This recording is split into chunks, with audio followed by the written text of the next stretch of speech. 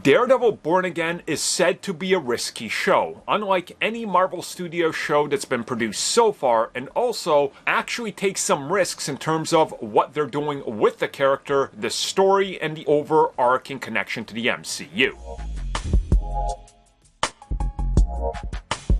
So make no mistake about it, Daredevil Born Again will be very different from every Disney Plus show, as it's the first show from Disney and Marvel Studios to actually feature a showrunner, which for some reason they never wanted because I guess they didn't want to spend a couple extra grand, which proved to be very problematic doing so many things at once. So naturally they fixed some of that. But we recently found out that Daredevil is going to be doing things a little different. Not only is it going to be more adult, but because they're trying to copy the aesthetics and the feel and the tone of the Netflix show, that within itself is also going to be completely different. So expect it to be a lot closer to those shows that were produced on Netflix than anything Marvel Studios has done, which I guess can be looked at in two different ways. One, that's great because, again, it's a sequel to that just years later, but at the same time, I think a lot of people are going to be disappointed if they're hoping for a lot of action and then they don't get it. And it definitely sounds like we're going to see action every few episodes and it's not going to be every episode. But then again, that's keeping it in line with the Daredevil Netflix series, so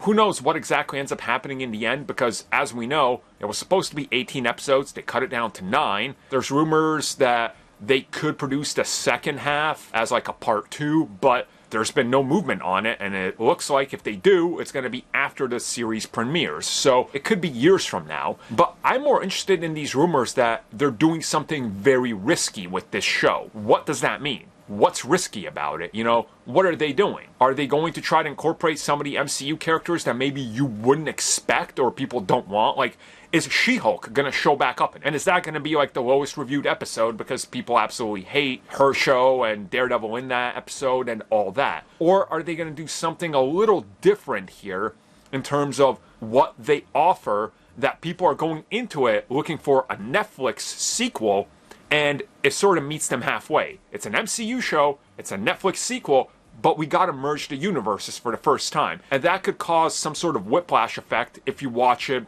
all back to back, which I think they gotta compensate for. So what I'm getting is that it's definitely gonna be risky in a lot of ways, and honestly, I'm okay with that, because if it's just safe and by the book, that's all you can offer to us, like what, 6 years after the series got canceled?